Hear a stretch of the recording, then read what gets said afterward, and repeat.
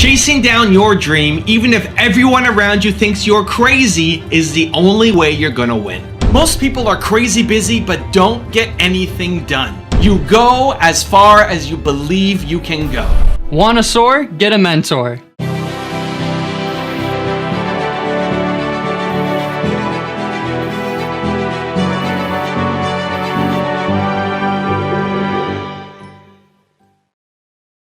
Hey, this is Jeremy Stickney, and this channel was created to help you overcome the #1 challenge that's holding you back, a lack of belief in yourself. You watch these videos because you know there's something more inside yourself. You have Michael Jordan level talent at something. So today, let's learn from one of the best, Evan Carmichael, and the best advice to crush in 2020.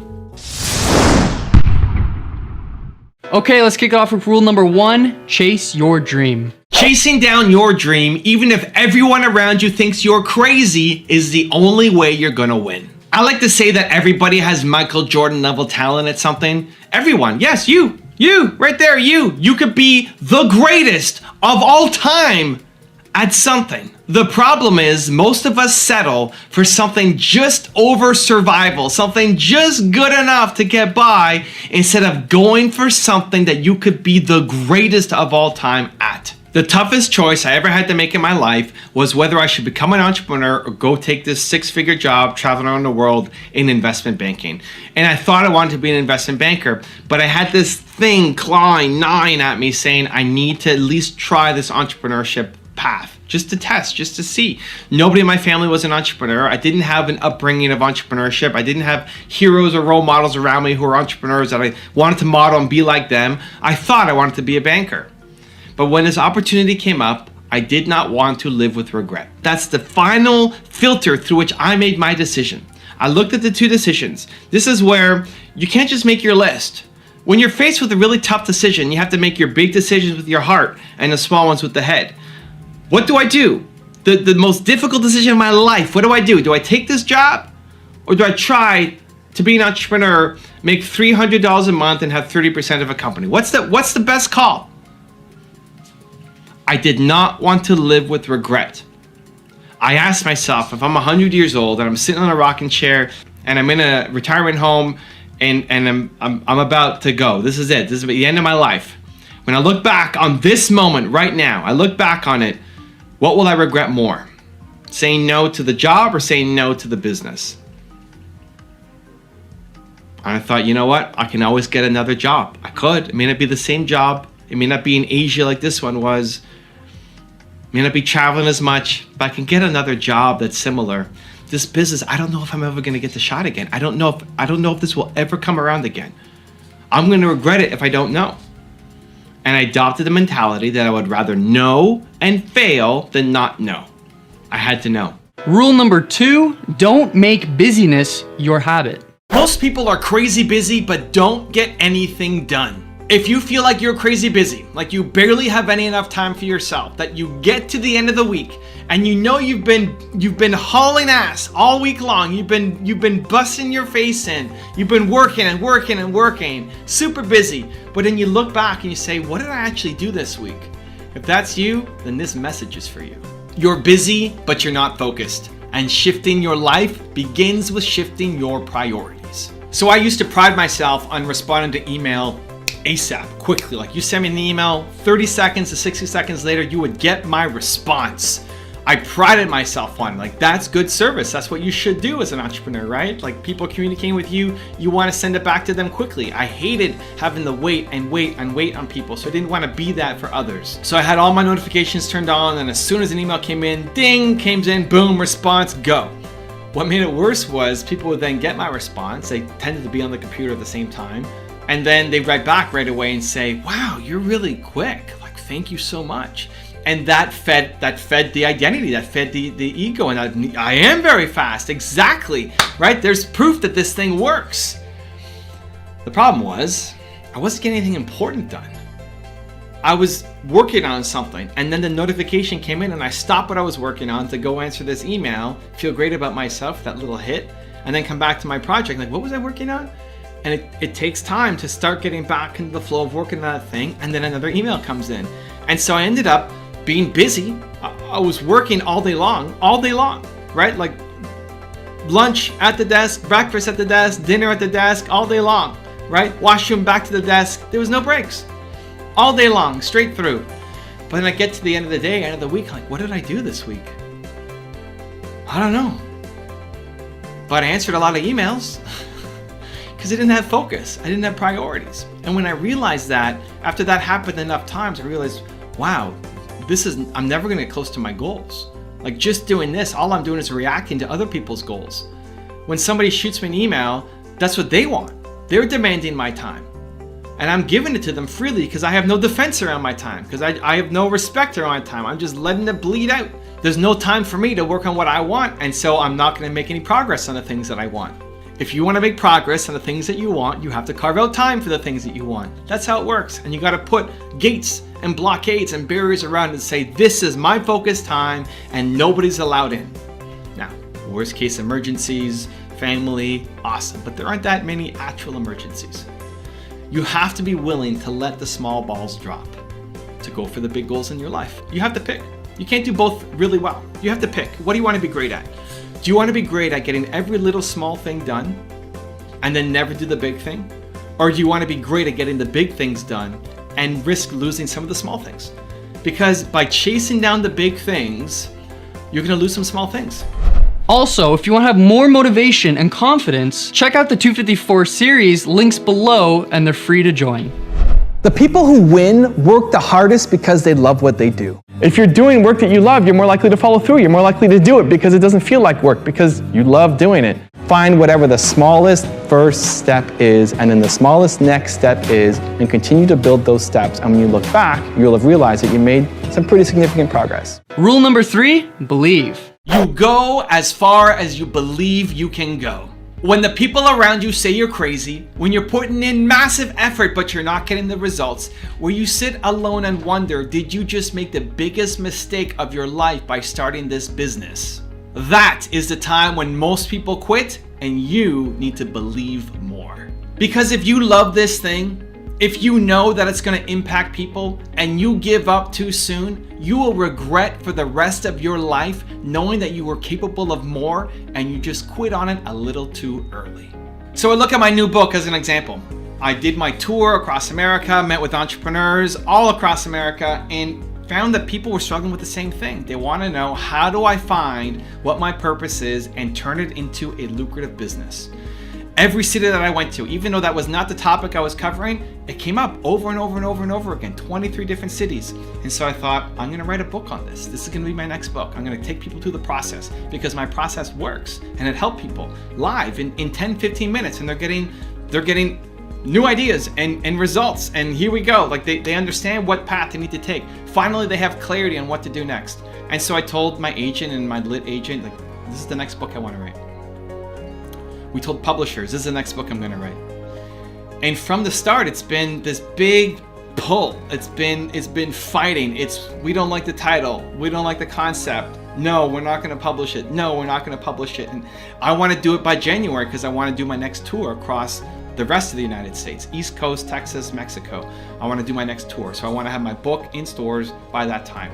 And it's been this rough slog, where if I didn't believe in myself that this was so important, with the people who are looking at it saying, nah, we don't like this concept. Nah, it's been written before. No, this method, we don't believe in. It's easy to quit. It's easy to give up. It's easy to say, forget it. I just know that it's gonna work. I know that the process helps people.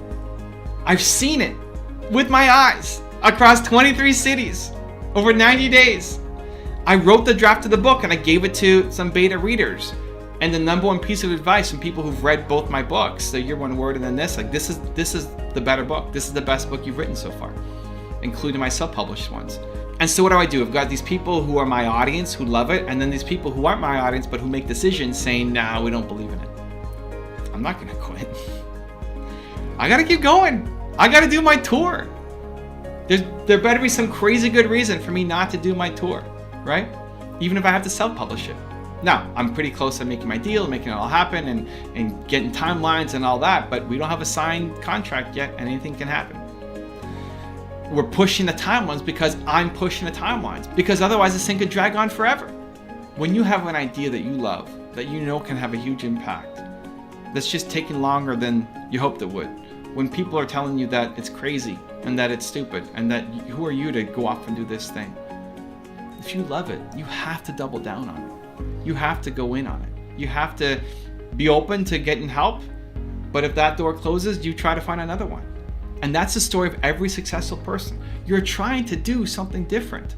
Rule number 4, take immediate action. As soon as you get that idea, while you're feeling bold, while you're feeling inspired, to go off and take some kind of action. I call it the 2% difference. Don't worry about trying to get to 100%. Don't worry about planning and strategizing and figuring it out and thinking. That's what most of us do. You get an idea, you think, you start thinking, right? You plan. How do I get to that 100%? No. You've lost, because you're going to wake up tomorrow a different person, because you're going to go home today, plan, and wake up tomorrow a different person, and then not take action because you're scared.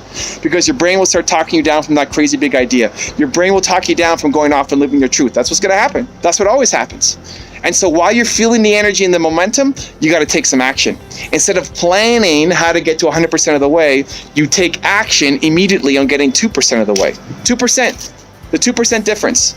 Go from 0 to 2%. If you can't take immediate momentum to getting 2% of the way, you will never get to 100%. You have an idea to make a YouTube channel. Great, go make a video right now, today. ASAP, the 2% difference. Make your first video right now with your cell phone. What most people will do is start researching, right? What am I going to talk about? What am I going to wear? What's my hair going to look like? What camera do I need to get?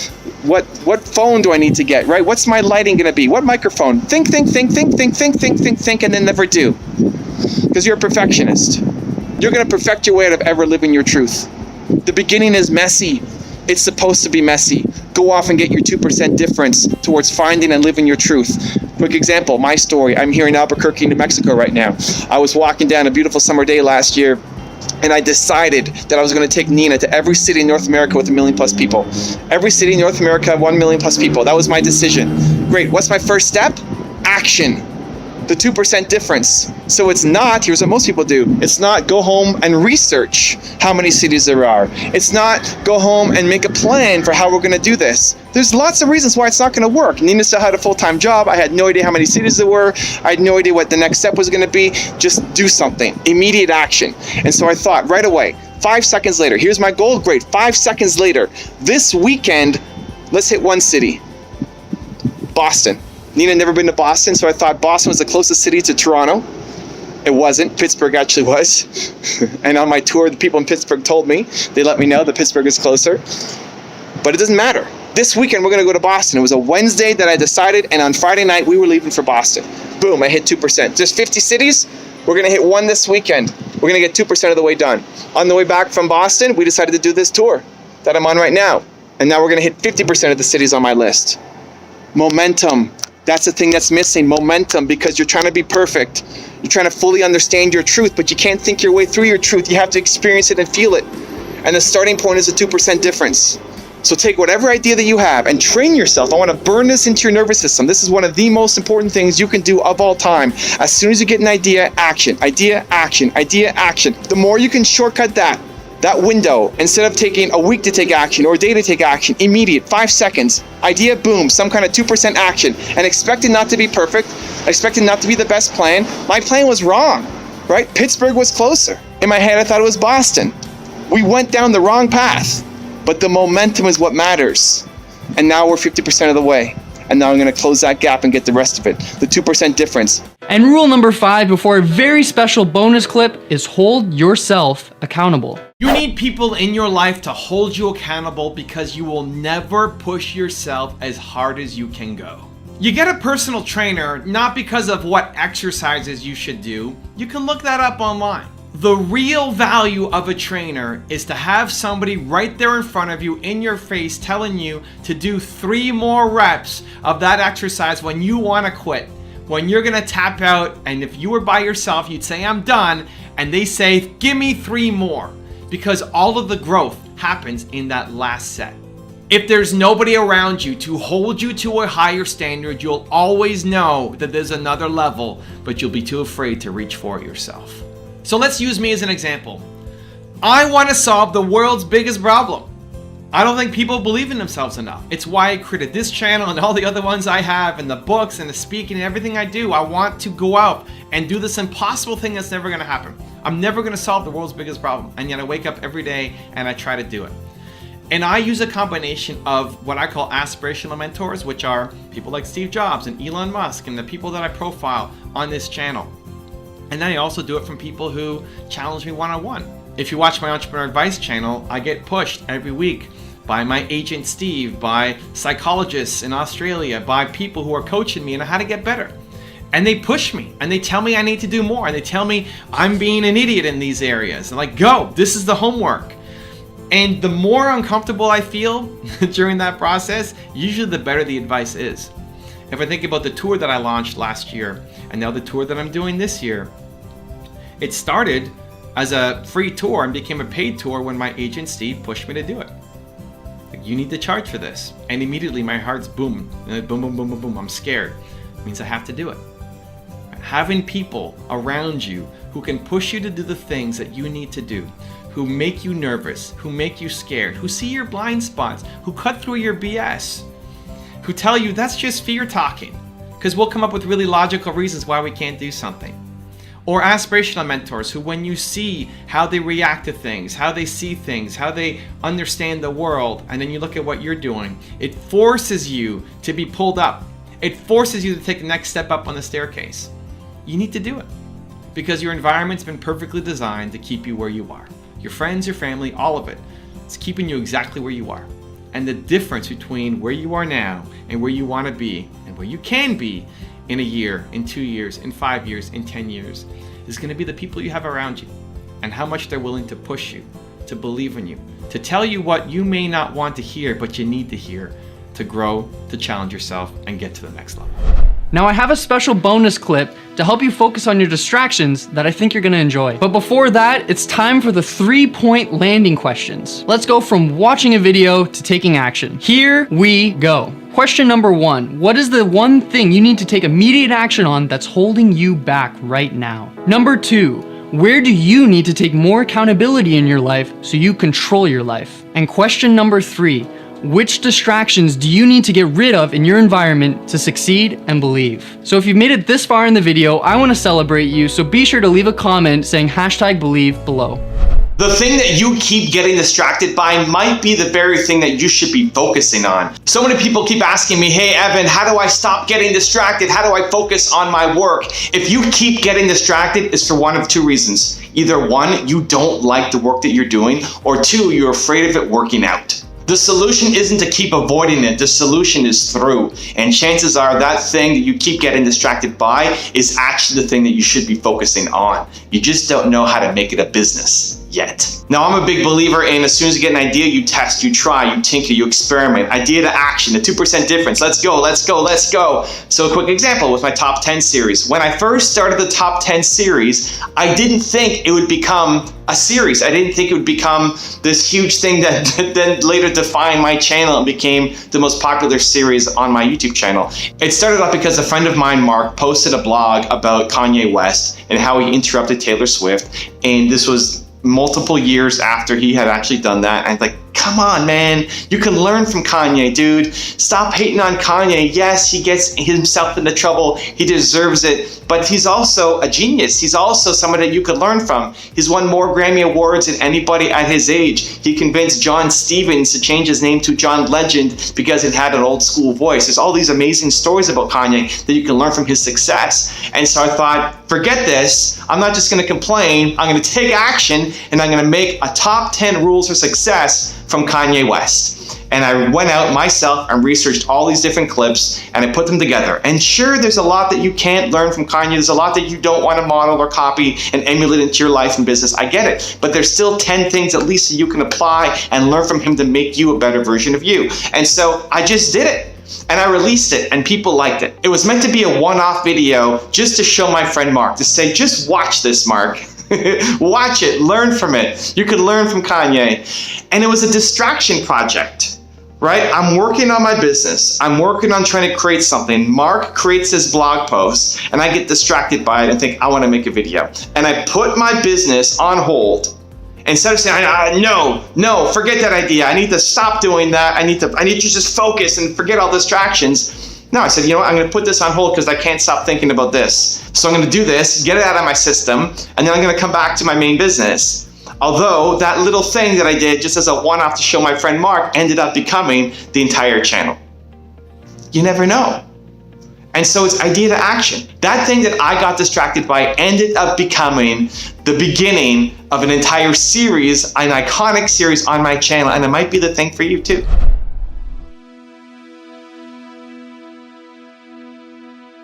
If you want to know why your comfort zone is destroying your life, check out the video right there next to me. I think you'll enjoy it. Continue to believe, and I'll see you there.